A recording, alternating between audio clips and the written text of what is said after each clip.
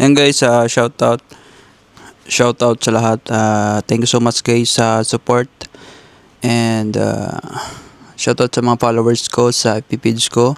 Follow nyo ko guys, Simnim, Kamutika TV. And ayun, panoorin yung mga vlog ko para magkaroon kayo ng idea dito sa Macau. And ayan, panoorin nyo guys para may idea kayo, para alam nyo na gagawin nyo pagdating dito sa Macau, sa mga gusto mag-Macau. And sa mga nandito, ayan guys, ingat kayo dito At saka dapat mautak kayo mautak dapat. Hindi lagi kayo bigay-bigay, di ba? Kasi ang daming dito, mga kalokohan ng mga agency mismo sa Macau. Dito mismo sa Macau, daming kalokohan ng mga agency, mga inchik. Dahil din sa mga Pilipino. Natuto sila sa Pilipino, tapos ngayon Pilipino din nagsasuffer, di ba? Kawawa talaga. Yung iba kasi dyan is, ayan, may share lang ako guys about dito sa mga agency sa Macau. Share ko to sa inyo para alam nyo. Meron kasi akong pinunta na agency dito sa Macau. And tinanong ko kung may hiring or may quota sila. Kasi dito sa Macau, pag pupunta ka dito tapos papasok ka sa agency, magtatanong ka kung may quota o wala. Quota is means kung may hiring ba sila na trabaho, kailangan ba nila ng mga example, nag-hire ba sila ng example, cleaner, ganun. Meron ba silang available na trabaho? Yung tatanungin mo, pasok ka ng agency. Hindi yun, papasok ka na lang, tapos bigay CV. Kawawa ka yung pinuntahan ko is may bayad. Ayun. Yung pinuntahan ko guys is, sa sa Red Market. Kulay orange yung niya. Yung agency. Orange pa. Basta yun sa Red Market. 20 yung niya. Dati 10 lang yun. Ngayon 20 na Tumaas na yung nila. Kasi siguro sa gasolina tumaas na rin. Kaya nagtaas na rin sila, di ba? Papunta ko doon, nagtanong ako kung may quota sila. Hindi na magsalita yung babae. Di ba? Dapat alamin nyo yun kasi hindi pwede na bigay ka lang ng bigay doon tapos wala pala. Di ba? Mas maganda na alam nyo guys. Tinanong ko kung may quota tapos sabi, scan ko daw yung QR. Tapos pagka-scan ko, hiningan ako 20. Sabi ko, for what the 20? Sabi naman niya is para daw sa QR. Tapos i-scan mo yan daw yung QR ng WhatsApp. Tapos dyan ka magsisi ng CV mo. Sisingilin daw niya ako ng 20.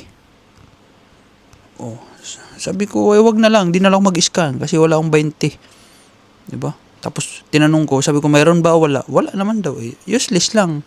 Kung nagbigay ako doon tapos wala pala. Useless yung CV ko, na 20 pa ako. Yeah. Yung iba kasi bigay lang ng bigay. Kawawa kayo. Kawawa. Maubusan kayo ng pera imbis na pang print yun ng CV. Advice ko lang sa mga may bayad kasi mostly dito may bayad yung mga agency dito sa Macau. Dahil din sa Pilipino kasi yan may bayad 10, minsan 20. Yan, 20 yan yung pinakamataas maningil. Ngayon kasi dati 10. 10 lang sila ngayon, tumas na, 20 na. Karamihan kasi dito may bayad. Ng ibang agency nagpapabayad. Guys, pag may bayad, example, sa agency na to may bayad, tanungin nyo muna kung mayroon sila quota o wala. Kasi kung wala, huwag ka magbigay doon. Diba? O kung mayroon man, tingnan mo yung CV mo kung mayroon ka doon. Example, sinabi nila cleaner. O tingnan mo kung may cleaner ka. Kung wala ka naman cleaner, huwag ka magbigay, diba? Kaya nangyari kasi yung iba kasi nakikita ko bigay lang ng bigay doon. Bigay ng bigay. Tapos wala pala, di sila nagtatanong. 'Di ba? Sayang yung sayang yung 20, 'di ba? Sayang yung 10, tapos wala pala. 'Di ba? Parang nagtapon ka lang ng 20 mo, kaya 10, tapos nako. Sayang din sa CV mo, 'di ba? Imbes pambigay mo na yun doon. Kung pwede lang, wag kayo doon Maraming agency dyan na mga libre, bayad. Tanungin nyo muna para hindi sayang. Yun ang maganda, tanungin nyo muna para hindi sayang. Kung yung mga bigay-bigay man na walang bayad, bigay mo na lang. Diba? Kahit di ka na magtanong kung may quota, basta magbigay ka na lang ng CV doon. Pag walang bayad pwede yun. Pero may bayad, tanong first Kasi sayang. Sayang talaga. Kung hindi ako mag-ano doon, hindi ko kinulit yung babae doon kung mayroon ba o wala. Sayang talaga. Yung 20 ko. Pinaprint ko na lang. 'Di ba? Ganun guys. Tanong nyo muna kasi ang daming ano dito kalukuhan. Dahil din sa Pilipino.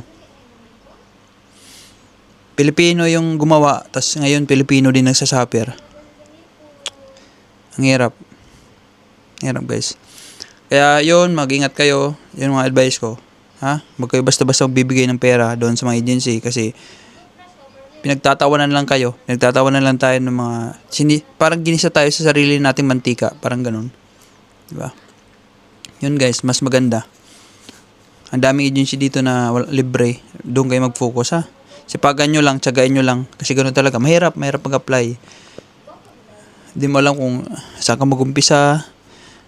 Pero guys, kailangan mo lang ng tiyaga, sipag at dasal siyempre. Ka lang susuko. May mag-online ka din na. Online, yun.